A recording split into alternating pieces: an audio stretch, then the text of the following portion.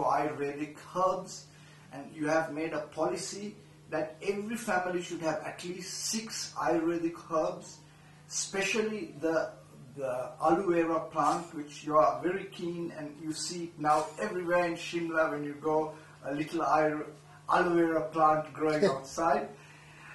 How and what does the central government align with your vision of Himachal? As I've already said that Government of India and international agencies, they are very appreciative of it. But I have been telling them that there is one line in Kathopanishad, that's a very old testament Upanishad, and it says, money is the sixth sense without which other 5 senses cannot work. We may have good policies, we may think of better things, we may think of providing all these things, but money is an important part in that. So these developed countries or the government of India, they have to realize that those who are trying to implement these things, they have to be supported, they have to be helped. And as government of India can claim carbon credits from the world community, they must pay to it the Himalayan states.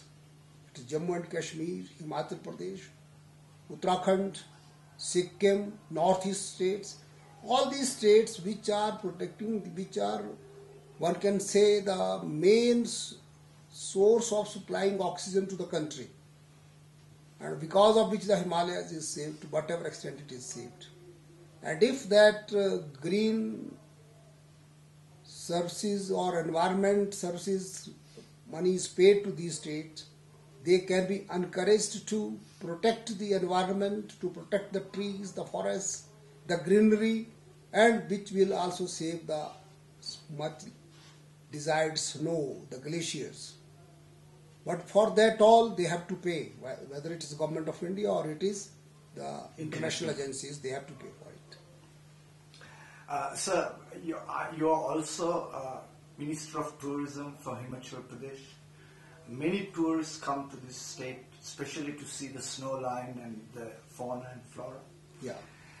There is a tremendous amount of pollution that is created out of tourism coming here.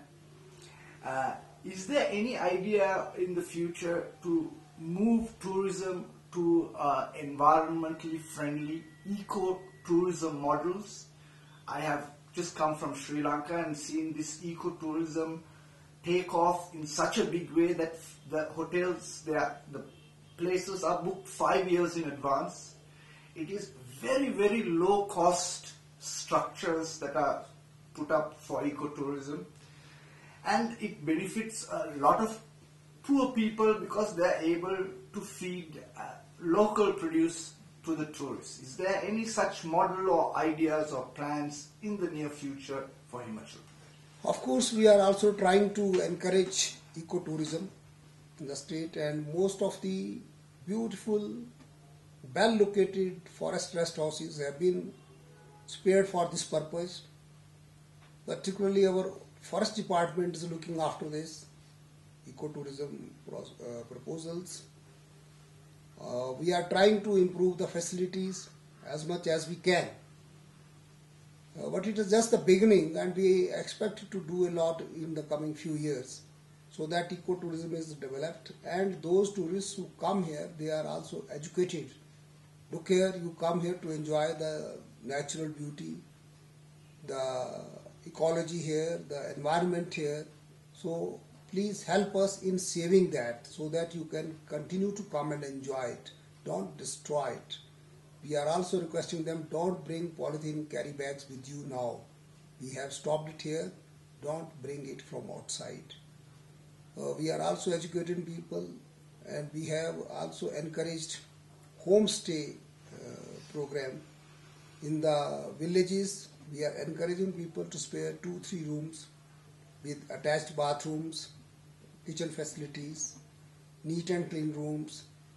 We are giving them electricity at domestic rates, water supply at domestic rates, no taxes, so that people come, live in the lap of the nature, enjoy their And as you have mentioned, the poor people or the villagers, the rural people, they are able to spare few rooms in their homes, and outsiders coming there pay little to them.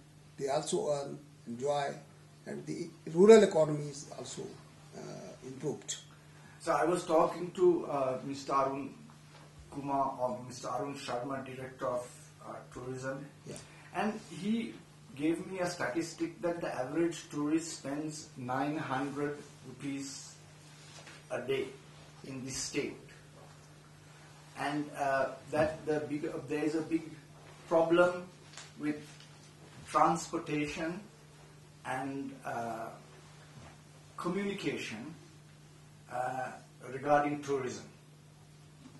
Is there any plans to be able to service the higher end tourists in this state? You have put a very good question. Unfortunately, in Himachal Pradesh, there is lack of rail services and air services also. So all the transport is by road. It discourages the high-end tourists to come here. But now we have taken up the issue.